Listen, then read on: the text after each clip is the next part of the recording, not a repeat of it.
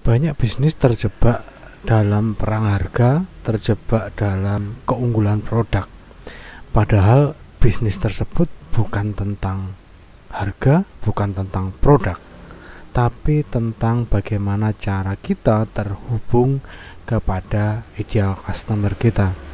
Nah, dalam kesempatan kali ini saya akan sharing tentang bagaimana cara menyusun strategi penjualan produk tanpa perang harga dan penolakan.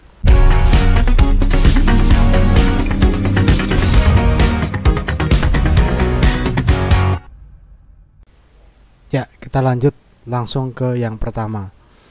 Jadi yang pertama kita perlu tahu dulu tentang Pareto Law, hukum Pareto ya, hukum 80-20 dalam sebuah bisnis. Hukum ini menjelaskan bahwa kita harus sadar bahwa 80% dari semua uang yang kita hasilkan dalam bisnis kita itu asalnya adalah dari 20% total pembeli di bisnis kita. Jadi jangan manja. Jadi misalnya kita punya uang 10 juta dari bisnis kita ya, dalam satu bulan 8 jutanya itu dari 20% orang pembeli kita.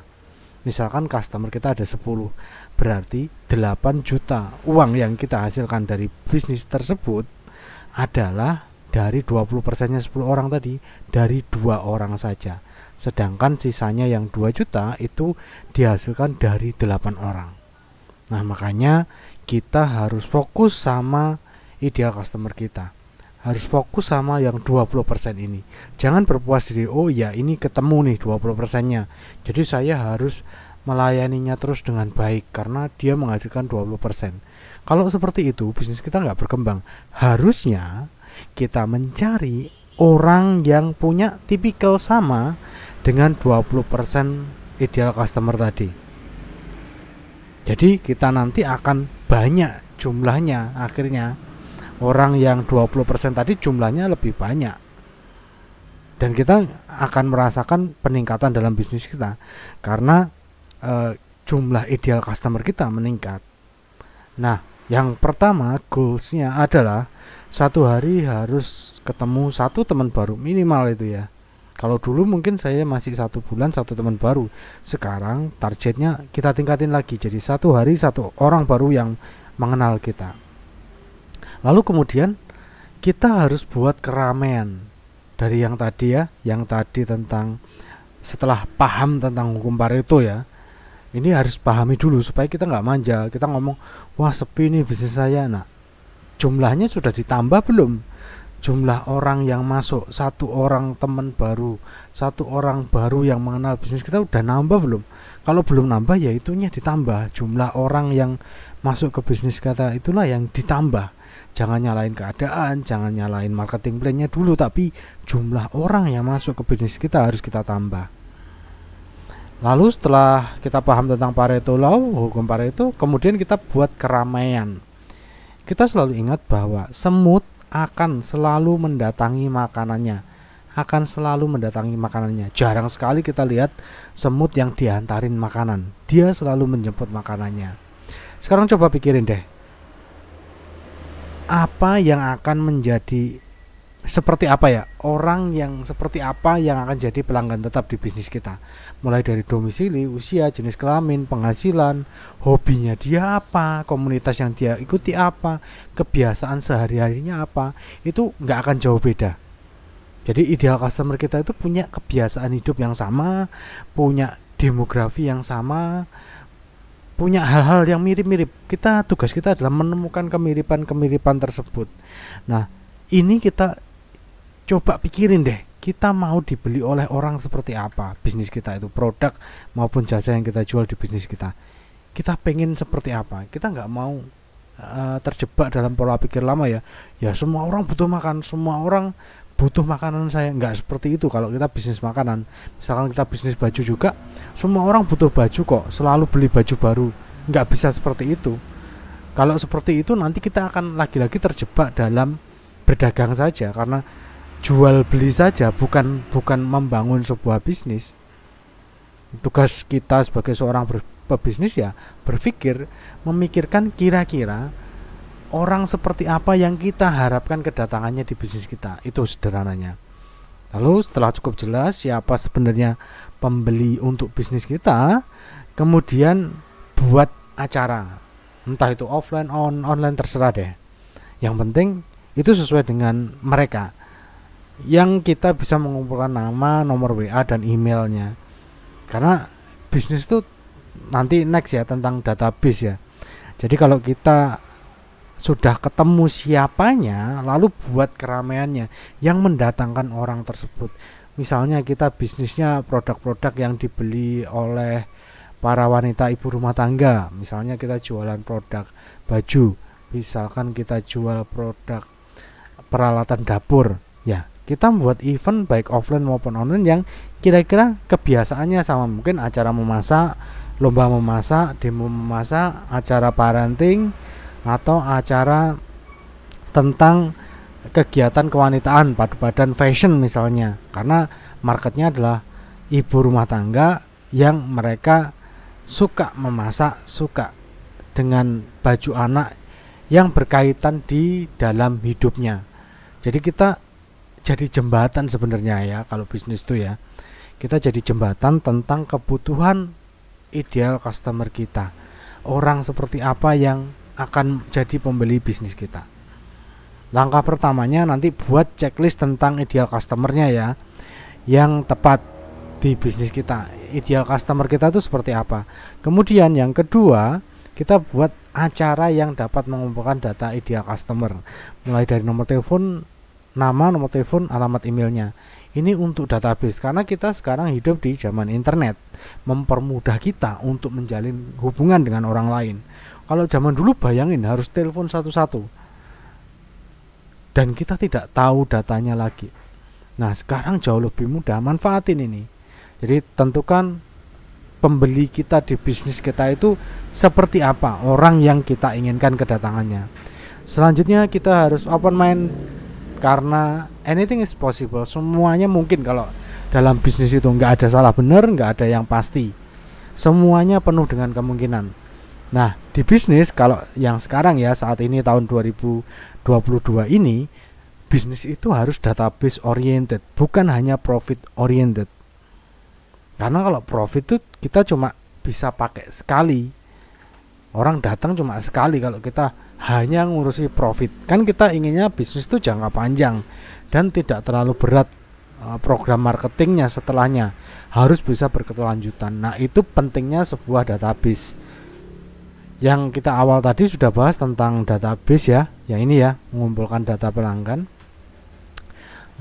Lalu kita lanjut ke yang berikutnya. Semakin banyak itu semakin besar kemungkinan suksesnya. Ya tentu beda ya. Kalau kita punya database 10.000 dengan database 100, kemungkinannya akan berbeda, karena ada hukum penolakan ya kalau menurut pengalaman saya ya. Dari 100 orang cuma 10%-nya aja udah bagus, orang yang setuju dengan apa yang kita tawarkan, membeli produk yang kita tawarkan. Biasanya 10% aja. Nah kalau database-nya kecil ya kecil juga kemungkinan untuk suksesnya, tapi database yang tepat ya, bukan asal banyak-banyakan database. Dulu pernah ada rame tentang program saling save kayak gitu ya, tapi kan apakah itu database yang tepat, market ideal kita, customer ideal customer bisnis kita? Tentu bukan. Makanya kita harus mandiri, nggak bisa pakai cara-cara yang kita hanya mau enaknya saja. Biasanya nggak berhasil tuh. Memang kalau bisnis mudah ya, semua orang jadi pebisnis dong. Tapi meskipun bisnis itu nggak mudah, bisa dipelajari kok. Yang penting Anda niat sungguh-sungguh, mau open mind dan mau membayar harganya. Tidaklah penting siapa atau berapa orang yang Anda kenal. Dulu saya bangga sekali kenal Bapak A, kenal Ibu A, kenal Ibu B, kenal Bapak B. Oh jabatannya ini, orangnya sukses di sini. Saya bangga dengan hal itu. Dan saya punya banyak, tapi ternyata itu nggak berguna. Buat apa coba kita kenal banyak orang, tapi mereka nggak kenal kita. Mereka nggak kenal bisnis kita. Kita ini seorang pebisnis, jadi kita harus, bisnis kita atau nilai tambah diri kita harus dikenal sama banyak orang. Kita tutup mata aja deh, nggak nggak peduli siapapun itu, siapapun mereka, yang penting mereka tahu kelebihan kita, nilai tambah bisnis kita apa, lalu kita bantu kebutuhan dan masalahnya. Itu yang harus kita fokuskan. Ketika kita sudah punya database, tutup mata aja, anggap itu cuma angka aja. Jadi kita nanti nggak punya keterikatan secara emosional kalau kita lagi baca database, ya cuma sekedar angka. Jadi ketika nanti ditolak ya biasa saja, tapi fokus kita adalah membantu kebutuhan atau masalahnya. Jadi semakin banyak semakin besar kemungkinan suksesnya. Makanya kumpulin sebanyak-banyaknya database market potensial bisnisnya. Oke, next kita lanjut ke bahas relationship. Relationship ini penting dan sering kali dilupakan oleh banyak bisnis. Mereka hanya mikirin marketing, program promo, program diskon. Kalau kita terlalu fokus dengan program-program seperti itu, kita nggak akan punya ideal customer. Yang kita punya adalah orang yang suka harga murah, orang yang suka diskon. Ketika harga murah itu hilang, ketika diskon itu hilang, bisnis kita selesai. Oke? Yang perlu kita ingat adalah bisnis itu tentang sebuah hubungan, bukan hanya transaksi jual beli kalau mau jangka panjang ya. Jadi kita harus menciptakan hubungan yang baik dengan semua database yang dimiliki oleh bisnis kita. Jadi semuanya dijalin hubungan baik, jangan dianggurin database-nya. Kalau sudah punya database, minimal sebulan sekali sapa mereka. Dan ingat, bukan hanya ketika Anda ingin menjual saja, say hello gitu, mereka sudah senang sekali. Mereka merasa dimanusiakan. Mereka nggak merasa dipaksa untuk mengeluarkan uang di bisnis kita, enggak. Tapi benar-benar mereka punya teman baru, punya sohib baru, yaitu kita, bisnis kita. Semua manusia itu pada dasarnya butuh teman ya, butuh teman baik yang bisa jadi pendengar yang baik dan solutif. Kebanyakan sales, kebanyakan bisnis, mereka terlalu banyak ngomong, terlalu banyak menjelaskan. Padahal orang itu membeli bukan karena penjelasan yang banyak. Orang itu membeli karena menurutnya orang ini, bisnis ini layak untuk dibeli, layak untuk menjadi solusi yang selama ini dia cari. Dia akan memberikan penilaian sendiri tentang sikap kita, tentang hal-hal yang sudah kita lakukan bersama dia. Jadi gak akan lagi ada penolakan karena kita gak menawarkan. Kita itu hadir untuk menjalin sebuah hubungan baik dengan dia. Entah dia nanti butuhnya kita kapan gak tahu, tapi mereka tahu kita jualan apa, kita bisnisnya apa, bagaimana kepribadian kita, itu jauh lebih penting. Nah, ketika kita berbisnis, saya sarankan goalsnya untuk ini adalah perdalam produk knowledge-nya. Jadi ketika orang ngomong, ketika orang cerita, mereka nggak akan jauh-jauh kok ceritanya dari bisnis kita. Mereka tahu kapasitas kita juga. Dan ketika kita paham tentang produk knowledge, kita akan bisa ngasih solusi yang terbaik untuk mereka. Misalnya saya di bidang digital strategi. Nah, ketika mereka cerita tentang bisnisnya, saya sedikit banyak bisa kasih solusi bagaimana digital strategi yang sesuai dengan bisnisnya, karena setiap bisnis berbeda-beda. Dari situ biasanya orang akan menilai saya layak enggak untuk dibeli program-programnya. Jadi enggak ada lagi penolakan karena saya tidak menawarkan. Saya menjadi pendengar atas masalahnya, kemudian memberikan beberapa solusi yang bisa diterapkan sesuai dengan kepribadian orangnya masing-masing. Itu. Lalu selanjutnya kolaborasi.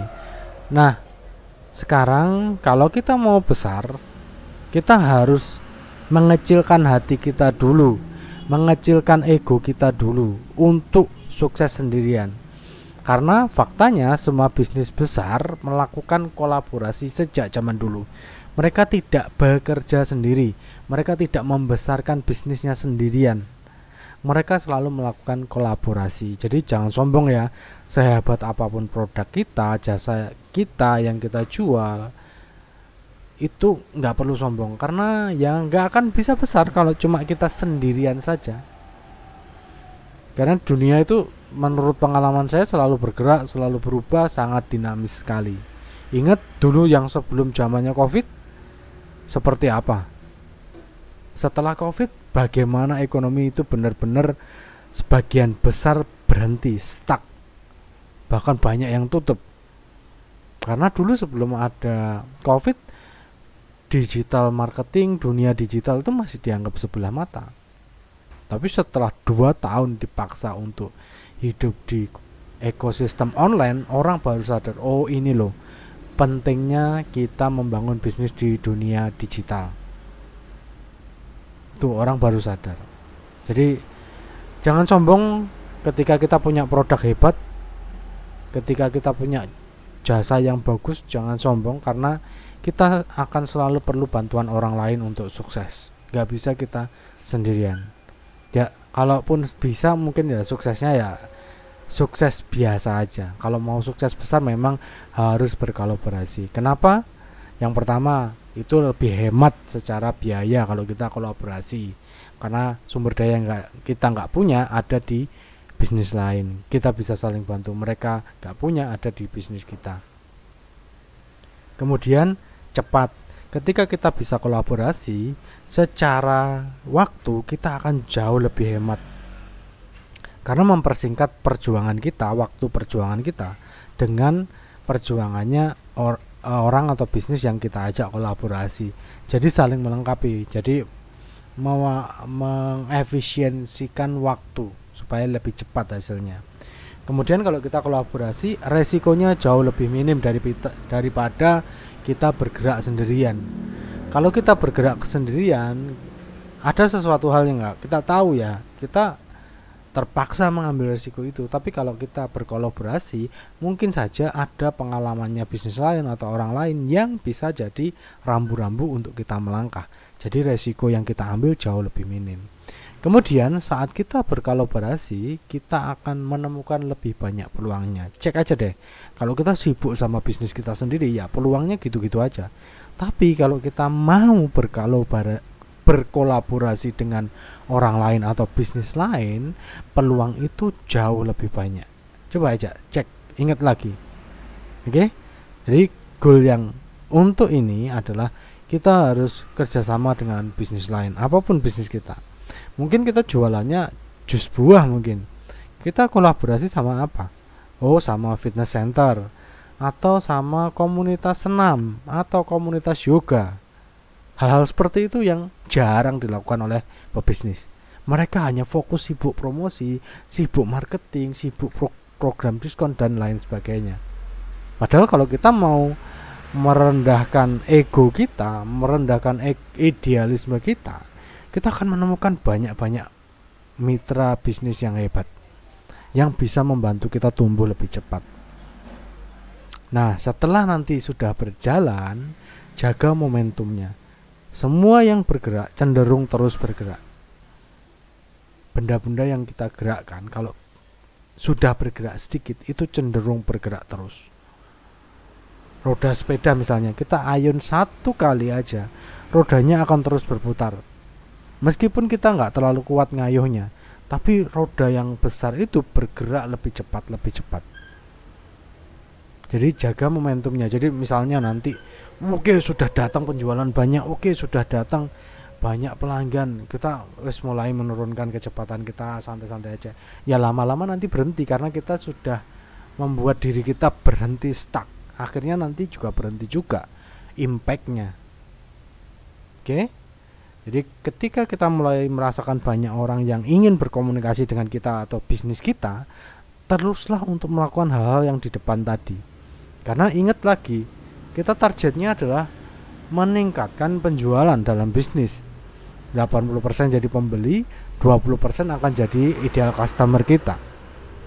Jangan terus-terusan kerja sendiri, nggak akan bisa. Kalau sudah banyak yang datang, banyak yang berkomunikasi dengan bisnis kita, jangan habiskan waktu untuk bekerja sendirian. Lebih baik kurangi profit untuk diri kita, lalu bagi dengan tim kerja kita. Jadi mulai buat tim ya, kalau memang sudah dirasa cukup menyita waktu, karena waktu itu yang kita beli sebenarnya. Cukup menyita waktu, buatlah sebuah tim kerja yang profesional. Dimulai dari yang sederhana dulu, hal-hal yang bisa Anda delegasikan. Misalnya Anda jago di Canva, jangan terus-terusan jadi pejuang Canva. Mulailah percaya sama orang lain. Mulailah membuat tim. Anda fokus ke hal-hal yang benar-benar Anda ahli di bidang itu, agar momentumnya terus terjaga. Oke? Lalu setelah itu kita duplikasi strategi. Kalau tadi sudah berhasil, kita duplikasi strateginya. Gagal berpola, sukses pun juga berpola. Nah, polanya kan kita udah ketemu nih. Kalau kita sudah berhasil dengan satu cara, jangan puas diri, jangan berhenti. Nanti itu ya cenderung berhenti akhirnya. Tapi segera duplikasi strateginya ke jaringan bisnis kita yang lain yang belum digarap secara maksimal. Misalnya, oke, untuk produk A sudah berhasil nih, kita bisa meningkatkan penjualan dengan cara ini. Sekarang segera duplikasi caranya, urut-urutannya ke produk B yang masih ada dalam bisnis Anda. Itu akan jauh lebih bijaksana, karena ini selagi masih efektif dan menghasilkan. Karena kadangkala strategi itu ada masanya, nggak terus-menerus berhasil. Nah, segera diduplikasi ke hal yang lain. Oke, terus mulailah dengan awal yang benar, mulailah dengan niat untuk membantu. Jadi awal yang benar ini adalah dimulai dari niat. Kalau kita niatnya hanya take profit, pikiran kita itu akan terlalu tegang. Kalau pikiran kita terlalu tegang, kita terlalu serius, nggak akan muncul ide-ide yang bagus. Nah, mulailah dengan niat membantu apapun bisnis kita. Kalau kita jualan jus buah ya, kita membantu orang untuk hidup lebih sehat. Kalau kita jualan roti tat, kue ulang tahun ya, kita niatnya untuk membantu membuat keceriaan, membuat happiness dalam keluarganya, membuat perayaan. Jadi itu yang kita jual, kita niatkan dulu sebelum kita mulai menjual bisnis kita.